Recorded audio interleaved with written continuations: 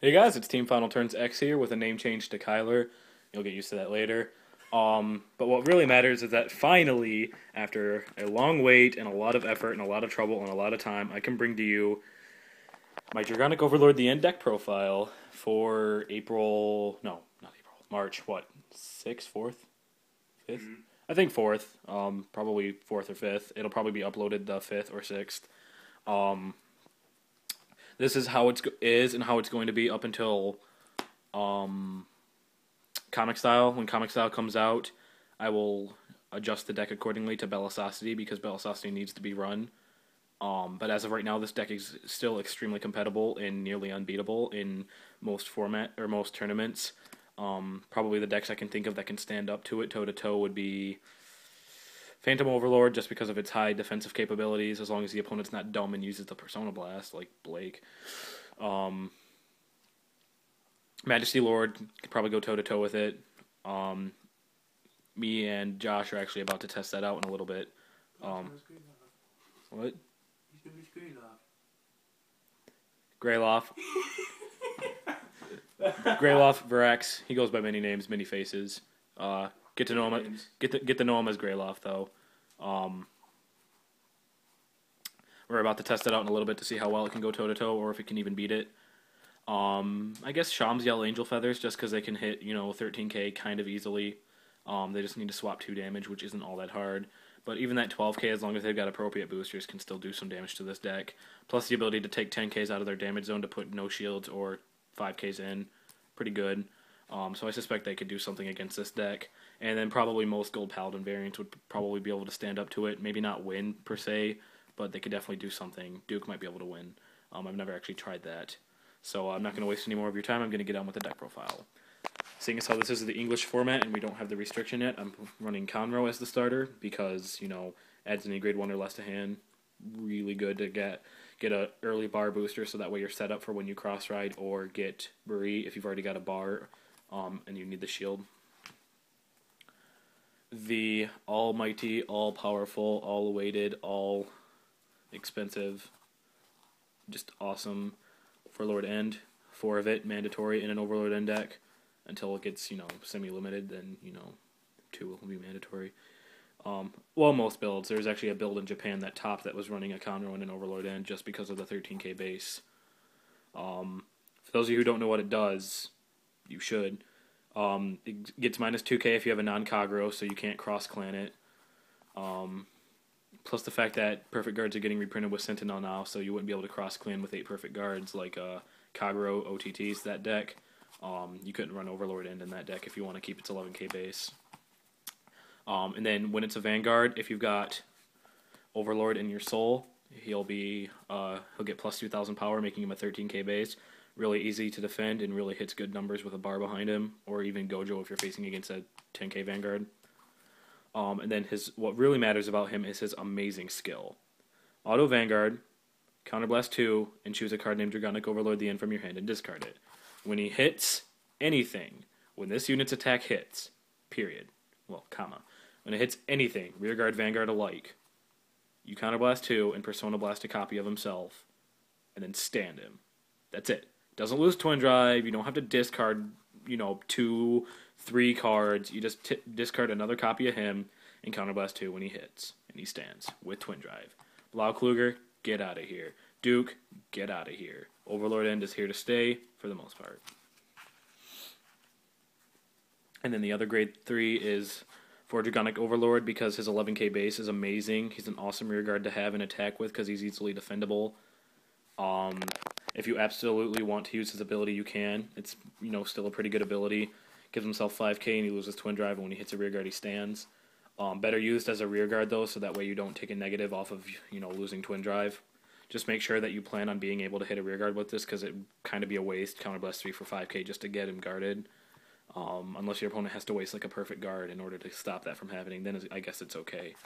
But yeah, he's really good. Plus having him in Soul gives Overlord as a Vanguard is 13k base, which is really important. 4 Dragon Knight Nahalem, standard 10k vanilla. Really good numbers with bar behind him against other cross rides. 4 Burning Horn. amazing card, 12k attacker. If you've got an Overlord Vanguard, which, you know, by the time you get him on rear guard, you should. Sometimes I call him early, though, just to get that extra attack in. But yeah, he's really good. Plus he's 9k, so he's still somewhat easily defendable against anything that isn't, you know, 19 or more. And then 3 Berserk Dragon helps clear up, you know, boosters that you couldn't normally touch.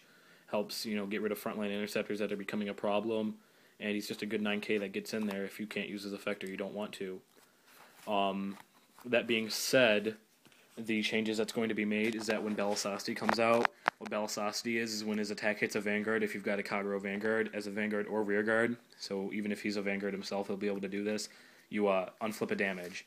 So you can counterblast a little bit more recklessly if you plan on having Belisasti hit once or twice a game to get some unflips going. He's especially good if you ride him for your grade 2 after using a Conroe, because you basically got a free Conroe because your opponent's more than likely not going to guard a Vanguard attack, and so he's going to hit and unflip a damage if you Conroed first. So he's pretty good. When he comes out, I'm dropping 1 of each grade 2. I'm going down to 2 Berserk, 3 Nahalem, and 3 Burning Horn, and I'm going to be running 3 Belisasti as well. On to grade 1s, 4 Embodiment of Armor Bar. Really good vanilla. He can actually hit the 8k rear guards that a lot of decks have as grade 2, like Silent Tom and things like that, if you absolutely need him to, by putting him in the front row. Other than that, he's a really great booster for Nahalem because it makes him hit cross rides for 10k shields.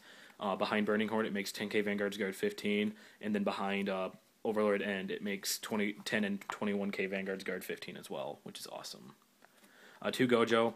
I like him because occasionally I can use his skill to deck thin a little bit to try to get to a Persona Blast or an actual copy of Overlord End if I haven't gotten it yet, or even Overlord if I'm at grade 2 and I really want to get the cross ride off successfully. He's good for cycling through the deck like that. Plus, he's a decent 7k booster, so that way if I'm playing against a deck that's got a 10k Vanguard, I can still make them guard 15 with Overlord End as Crossroad. Plus, if I miss Cross Ride and I can't, you know, I'm stuck with my 11k base Overlord End, he still helps me hit 18 on Cross Ride, so that way they have to guard 10. 4 Wyvern Guard Bree. I've had these guys for so long, I'm so happy that they're finally going to get put to some good use. Perfect guard, pretty much standard to run at 4. 2 Heat Nail Salamander. I like him better than Kimnara because he lets me keep the 6k booster so I don't lose it for a turn, and he doesn't, you know, cost a counterblast, so I can save my counterblast for Overlord End and Overlord and Berserk.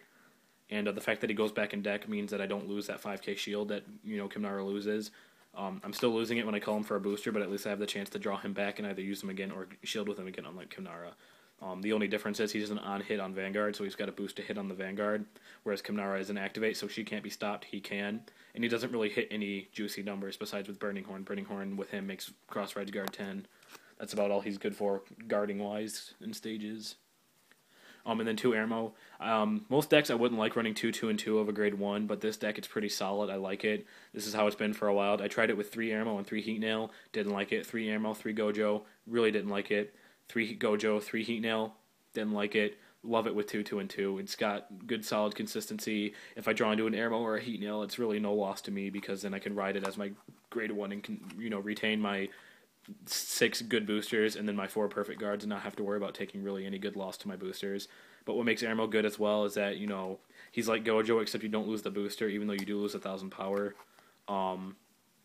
And he can cycle out whatever you drive check. If you drive check something bad, like say an extra Overlord and your hand's getting cloggy and you've already got a good attacker lineup set, he helps cycle through the deck and he lets you get to your cross ride earlier if you don't have it yet, or the Overlord so you don't miss ride. And then last but not least, triggers. 4 heal, 4 tar crit, 4 blue ray crit. I actually tried at one point going 6 and 6 in this deck, but I didn't really like it because it lost a little bit of its aggro efficiency, and it lost a little bit of its shielding power. I like having the 8 crits and the 4 heal because of the fact that it gives me solid guarding, and that'll be really important if Overlord End stays at 4 by the time Glory Maelstrom comes out, because that really saved my butt a lot of times against my friend who proxied it because it would always give me consistent grade 0s I could shield with. But definitely still run 4 draw for they added, you know, deck thinning and consistency. You know, it's never bad. Plus, I like running Gatling Claw over the other ones because it helps me pop grade 0 boosters like starters like Kerf and Seishin and things like that. That could be a problem. So that's the deck, guys. Let me know what you think about it. As always, don't forget to comment, rate, subscribe, and leave me any comments or suggestions that you think it might be able to improve my deck or even your own builds. I'm always open for suggestions. Thanks for watching.